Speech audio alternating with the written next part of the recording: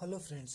तो आज हम देखेंगे प्रश्नावली 1.1 क्लास 10th का 1.2 10th क्लास का 1.2 मैथ का देखेंगे। तो पहला संख्या देखते हैं। पहला क्वेश्चन कि निम्नलिखित संख्याओं को अभाज्य गुणनखंड के रूप में व्यक्त कीजिए। तो अभाज्य गुणनखंड, इसमें 5 क्वेश्चन है। पहला है 140 का अभाज्य गुणनखंड निकालिए। तो हम 140 का अभाज्य गुणनखंड क्या होता है? अभाज्य संख्याओं से उसे काटना होता है कि कौन कौन सी अभाज्य संख्याएं इसमें शामिल है। तो देखिए, अभाज्य संख्याएं 2, 3, 5, 7, 9 9 तो नहीं होता है, 11 होता है, 13 होता है, 17, 19, 21 भी नहीं होता, 23 ऐसे होते हैं।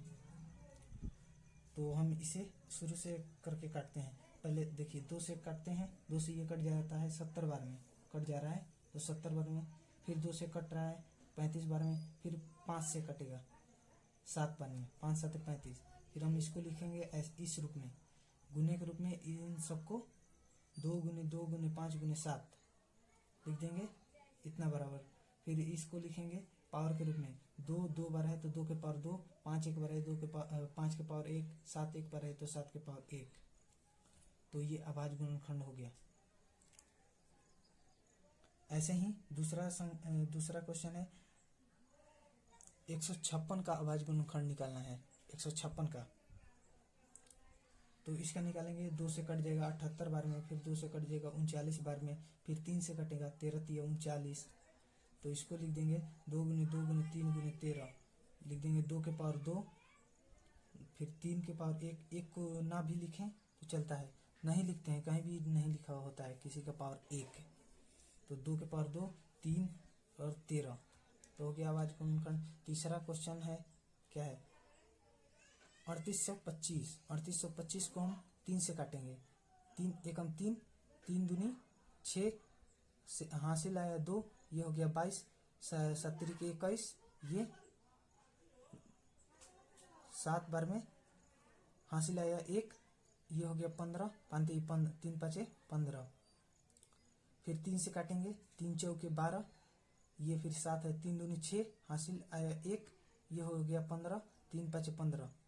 फिर 5 से काटेंगे, 5 8 40, 40 हासिल आया 2, ये 2 है ना तो 2 हासिल आया, ये हो जाएगा 25, 5 5 5 25। फिर 5 से काटेंगे तो 5 एकम 5, ये हो गया, बचा 3 तो ये हो जाएगा 35, 7 5 35। ये हम फिर इसे लिख देंगे 3 गुने 5 3 गुने 3 गुने 5 गुने 5 गुने 17, 3 गुने 3 गुने 5 गुने 5 गुने 17। फिर 3 के पावर 2, 3 2 बार है। फिर 5 के पावर 2, 5 2 बार है, 17 एक बार है तो 17। फिर चौथा क्वेश्चन है 5005। तो ये 5 5 दिख रहा है तो हम सीधे इसे 5 से काटेंगे। हमने ये इसे 2 से नहीं काटा क्योंकि ये 2 से नहीं कटेगा।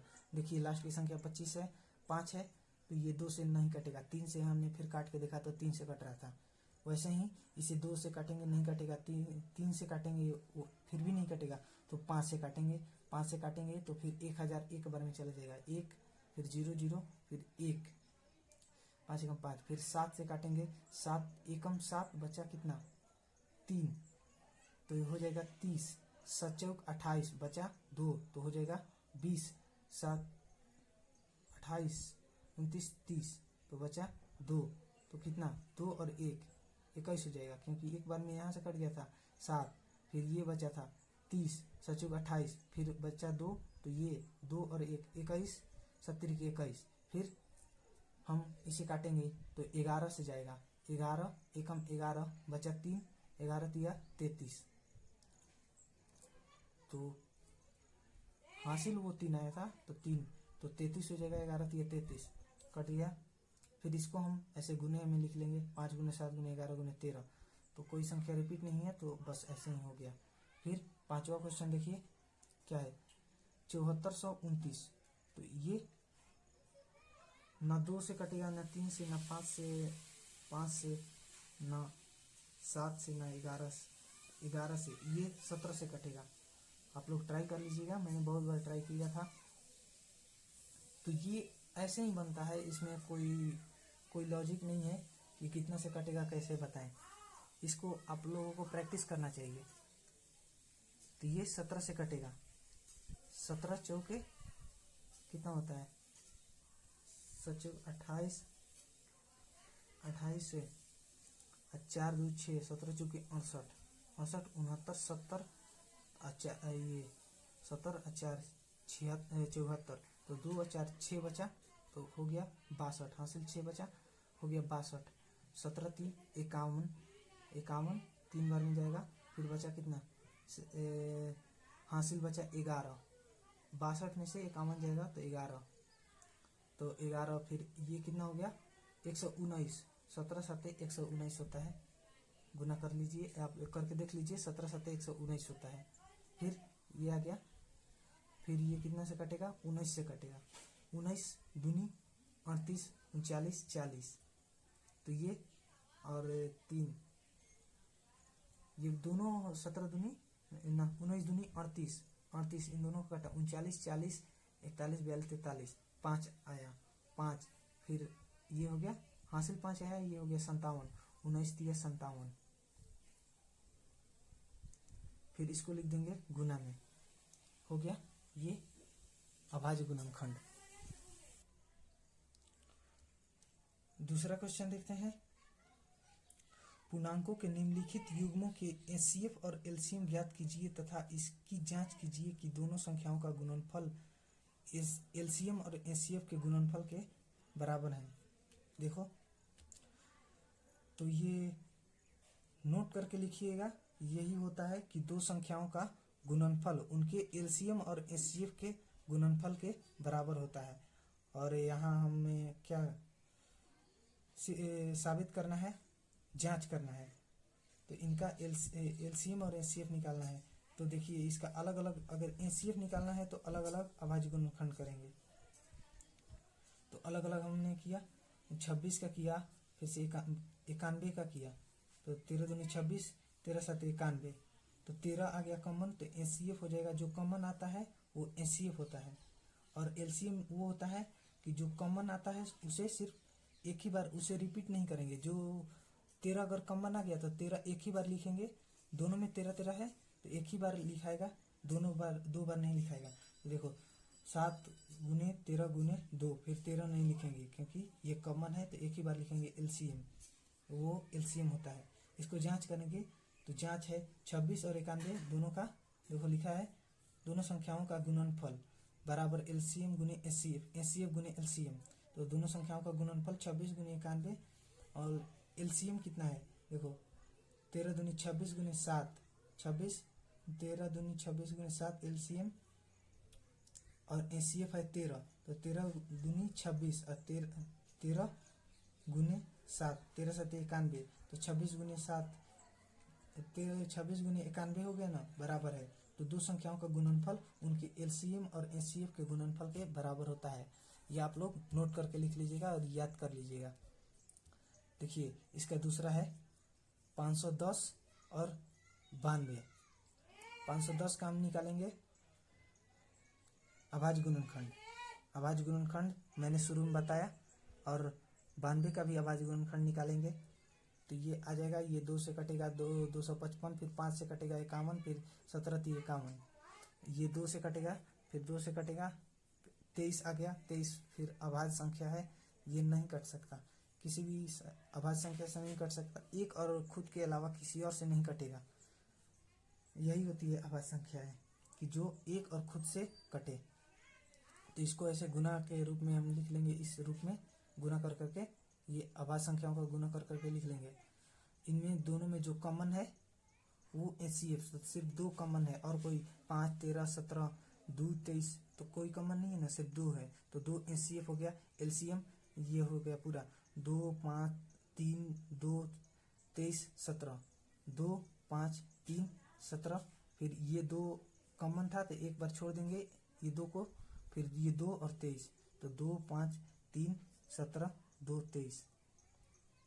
जांच हम करेंगे तो 510 गुने 92 एलसीएम गुने एचसीएफ, 510 क्या है 2 5 3 17, तो देखो 2 5 3 और 17 और 92 क्या है 2 2 23, तो 2 2 23, 2 5 3 17, 510 हो गया।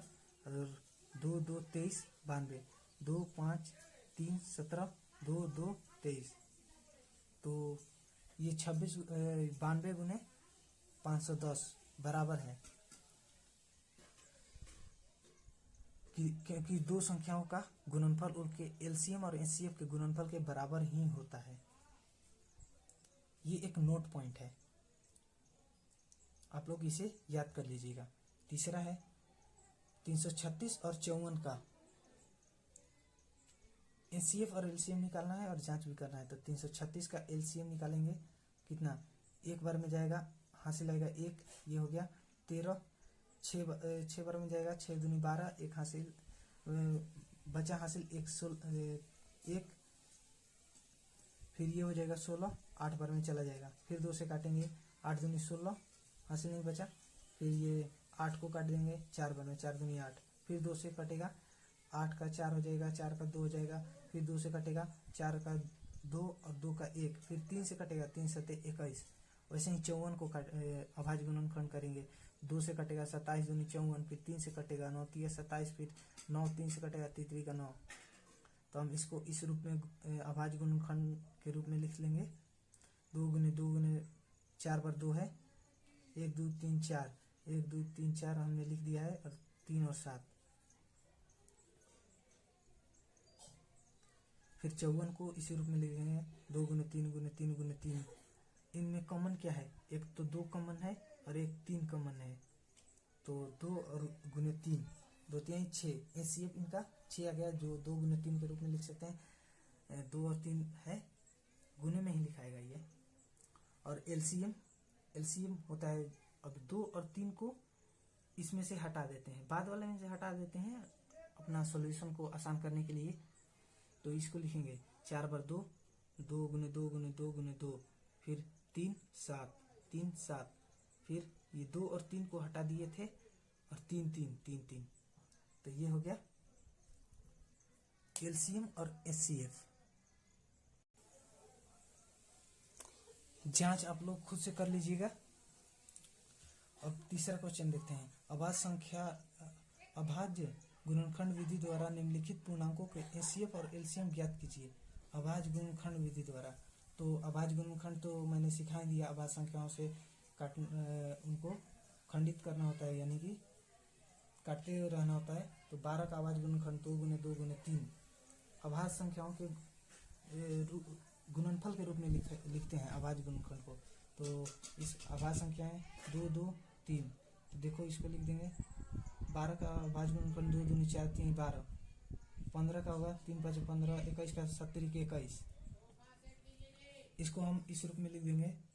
और इनमें एचसीएफ निकालने में आसानी होगी अगर ऐसे लिख देंगे तो इनका एचसीएफ हो जाएगा, सिर्फ 3 कॉमन है तो 3 एचसीएफ, और एलसीएम हो जाएगा 3 एक बार आएगा, बाकी सब संख्याएं 2 गुने 2 गुने 5 गुने 7 गुने 3, 2 गुने 2 गुने 5 गुने 7 गुने 3, एलसीएम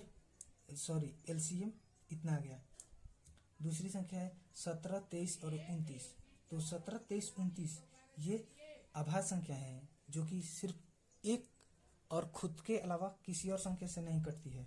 तो अभाज्य संख्याएं वही होती है जो एक और खुद के अलावा किसी भी संख्या से न कटे, उसे हम अभाज्य संख्या कहते हैं। तो ये अभाज्य संख्याएं हैं, तो याद कर लीजिएगा कि किसी भी अभाज्य संख्या का एचसीएफ 1 होता है और एलसीएम होता है उनके संख्याओं का गुणनफल। देखिए यहाँ पर यही सिद्ध हो जाएगा, लेकिन क्वेश्चन में ये निकालने को बोला है तो हम इसको निकाल रहे हैं। देखिए 17 का नहीं कटेगा, तो इसको लिख देंगे 1 गुने 17 1 गुने 23 1 गुने 29। इसका एचसीएफ हो जाएगा 1, जो तीनों में कॉमन है, जैसा कि मैंने अभी बताया कि उन अभाज्य संख्याओं का एचसीएफ 1 होता है और एलसीएम उनके गुणनफल होते हैं उन्हीं संख्याओं के। तो देखिए ये संख्याएं हैं, इनको गुना करना होगा, जैसा कि हमने यहाँ भी किया था। ये देखो ये इन सबको गुना किया था ना, तो फिर आ जाएगा 17 गुने 23 गुने 29, 17 गुने 23 गुने 29 गुना करके मैंने यहाँ पर लिख दिया है। तो ये याद कर लीजिएगा कि किसी भी अभाज्य संख्याओं का एचसीएफ 1 और एलसीएम उनका गुणनफल होता है। उन संख्याओं का गुणनफल ही उनका एलसीएम होता है और एचसीएफ 1 होता है अगर वो संख्याएं अभाज्य संख्याएं हैं तो। तीसरा देखिए, तीसरे का तीसरा 8, 9 और 25 इनका एलसीएम और एचसीएफ निकालना है अभाज्य गुणनखंड विधि से। तो 8, 9 और 25, तो हम इसका अभाज्य गुणनखंड करेंगे। 8 का अभाज्य गुणनखंड 2, 2, 2 आएगा, 9 का 3, 3 और 25 का 5, 5। हम लिख देंगे ऐसे। देखिए इनमें कोई भी कॉमन नहीं है, ये अभाज्य संख्याएं तो नहीं है लेकिन ये सह अभाज्य हैं। सह अभाज्य संख्याएं वो होती हैं जिनके एचसीएफ 1 होते हैं और एलसीएम तो उनका गुणनफल ही होगा।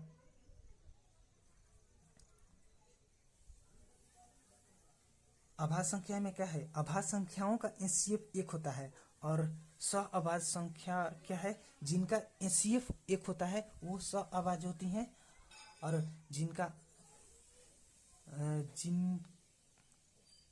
और अभाज्य संख्याओं का एचसीएफ 1 होता है और जिनका एचसीएफ 1 होता है वो संख्याएं अभाज्य संख्याएं भी हो सकती है, सह अभाज्य भी हो सकती हैं। तो ये संख्याएं भाज्य हैं, ये 8 भाज्य है, 9 भी भाज्य है क्योंकि ये 2 से कटेगा, 4 से कटेगा और 9 3 से भी कटेगा और 25 5 से भी कटेगा। तो ये सब संख्याएं भाज्य हैं लेकिन इनका एचसीएफ 1 है तो ये आपस में क्या है, सह अभाज्य।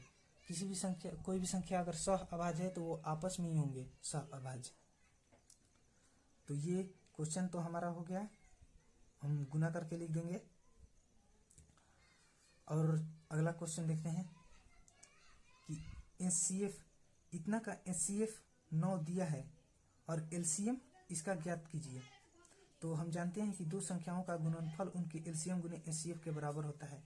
मैंने अभी बोला था, लिखवाया था कि दो संख्याओं का गुणनफल, दो संख्याओं का गुणनफल उनके एलसीएम और एचसीएफ के गुणनफल के बराबर होता है। तो ये दो संख्याएं हैं, इनका गुना करेंगे और एलसीएम गुने एचसीएफ लिखेंगे। तो एचसीएफ हमारा दिया गया है 9, तो हम इस एचसीएफ को इधर कर देंगे, बट्टे में आ जाएगा 9। तो एलसीएम बराबर इन दोनों संख्याओं का गुणनफल बट्टे 9। तो देखिए एलसीएम बराबर इन दोनों संख्याओं का गुणनफल बटे एचसीएफ। तो एलसीएम बराबर दोनों संख्याओं का गुणनफल बटे 9। 9 इसे काट देगा पूरा 34 बार में, तो 34 गुने ये संख्या, इसको गुना मैंने कर दिया। देखिए 7 चौक 28 के 8 हासिल 2, 5 चौक 20, 20 2 22 हासिल 2, 6 चौक 24, 2 26, फिर देखिए यह 70 के 21 का 1 हासिल 2, 35 15, 15 2 17 के 7 हासिल 1, 36 18, 1 19, जोड़ दिया 8 3 7 6 13 के 3 हासिल 1, 9 2 11, 1 12 के 2 हासिल 1, 1 1 2। तो एलसीएम बराबर इतना आ गया। एचसीएफ दिया था तो एलसीएम ही निकालना था। तो ये क्वेश्चन हो गया चौथा। पांचवा क्वेश्चन देखिए हैं, जांच कीजिए कि क्या किसी प्राकृतिक संख्या n के लिए संख्या 6 की पावर n अंक 0 पर समाप्त हो सकती है। तो अंक कोई भी संख्या 0 पर कब समाप्त हो सकती है, किसी भी संख्या का स्क्वायर या कोई भी मान पावर में वो 0 पर कब समाप्त हो सकता है, जब उसके अभाज्य गुणनखंड में 2 और 5 हो, क्योंकि 2 और 5 होंगे तभी जाके 10 बनेगा। 2 5 दूनी 10, 2 5 10, तो 2 और 5 होंगे तभी वो संख्या 0 पर समाप्त हो सकती है। तो देखते हैं इसका अभाज्य गुणनखंड करके। तो ये 6 है तो उसका अभाज्य गुणनखंड 3 और 2 आएगा, 2 3 6, 3 दूनी 6। तो हम लिखते हैं, ये देखिए यहाँ पर मैंने लिखा है माना 6 की पावर n अंक 0 पर समाप्त हो सकती है, तब इसके अभाज्य गुणनखंड में 2 और 5 अवश्य होने चाहिए, 2 और 5 होने चाहिए। तो इसका मैंने अभाज्य गुणनखंड किया तो देखिए 2 और 3 आया। तो 6 की पावर n के अभाज्य गुणनखंड में 2 है पर 5 नहीं है, इसीलिए 6 की पावर n अंक 0 पर समाप्त नहीं हो सकती। ये संख्याएं 0 पर समाप्त नहीं हो सकती। तो ये हो गया, जांच कीजिए लिखा हुआ है तो हमने जांच कर दिया कि नहीं हो सकती। अगला क्वेश्चन देखते हैं। छठा, व्याख्या कीजिए कि 7 गुने 11 गुने 13 प्लस 13 और 7 गुने 6 गुने 5 गुने 4 गुने 3 गुने 2 गुने 1 प्लस 5 भाज्य संख्याएं हैं, क्यों? व्याख्या कीजिए। तो इसको हम यहाँ से 13 कॉमन ले लेंगे। 13, 7 गुने 11, फिर 13 तो कॉमन ले लिया है, प्लस 13 कॉमन लिया है तो 1 आ जाएगा। 13 गुने 11 7 77 प्लस 1 78 गुना करके हमने यहाँ पर लिख दिया है, देख लीजिए गुना। फिर हम लिखते हैं अभाज्य संख्या एक एवं स्वयं के अलावा किसी भी संख्या से नहीं कटती है। मैंने बताया भी कि अभाज्य संख्या जो होती है वो एक और स्वयं के अलावा किसी से नहीं कटती, और एक से कटती है और स्वयं से ही कटती है। और ये भी बताया था कि दो अभाज्य संख्याओं का एचसीएफ 1 होता है और उनका एलसीएम उन दोनों संख्याओं का गुणनफल ही उनका एलसीएम होता है। तो ये देखिए इतना आ गया। तो 1014 को 13 से काटा जा सकता है, क्योंकि ये 13 का गुणन 18 गुने 13 ही 1014 है। तो ये संख्याएं अभाज्य नहीं हो सकती, क्योंकि ये 13 से कट रहा है। स्वयं और 1 से सिर्फ कटेगा तो वही अभाज्य होगा। ये 13 से भी कट रहा है तो ये भाज्य हो गया। देखिए यदि कोई संख्या 1 और स्वयं के अलावा किसी भी संख्या से कट जाता है तो वो संख्या भाज्य होगा। पुनः अब इसको करेंगे। 7 गुने 6 गुने 5 गुने 4 गुने 3 गुने 2 गुने 1 प्लस 5 को हम कॉमन ले लेंगे। तो फिर 7 गुने 6 गुने 5 को हम नहीं लिखेंगे, क्योंकि हमने कॉमन ले लिया 4। 7 गुने 6 गुने 4 गुने 3 गुने 2 गुने 1 प्लस 5 कॉमन ले लिया है तो 1। फिर इसको ये 5 हमने कॉमन लिया है, इसको गुना करेंगे तो कितना 1008 आएगा, प्लस 1 है तो 1009। 5 गुने 1009 तो ये हो जाएगा 5045।